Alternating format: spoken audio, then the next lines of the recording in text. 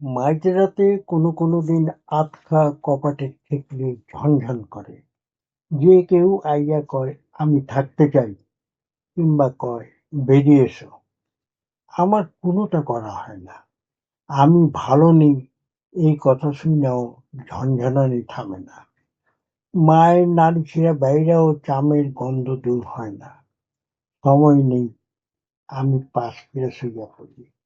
মেয়ে মানুষ লগে থাকলেও খেয়াল থাকে না এতটুকু। ঘুমের ভিতরে গতর তৈরি ঘামে লথপথ করে।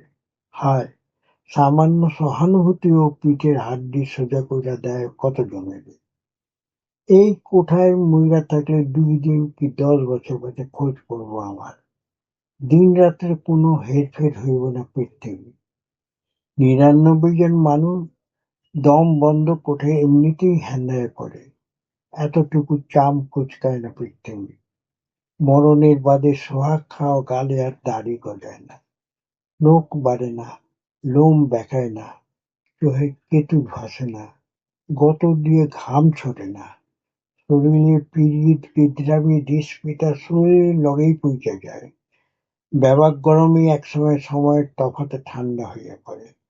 মনের অতৃপ্তি বাসনা মনরে অস্থির করে না আর। দুঃখ জুত পাইলে চোখের হুমকে আমার পোলাপান বয়সী ফটো ভাইসা ওঠে।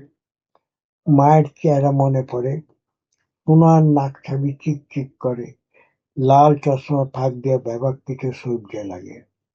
বিহানের লাল রোদ আস্তে আস্তে হলদে হয়ে পড়ে। টিন আপন স্ত্রীর বাইরে যায়।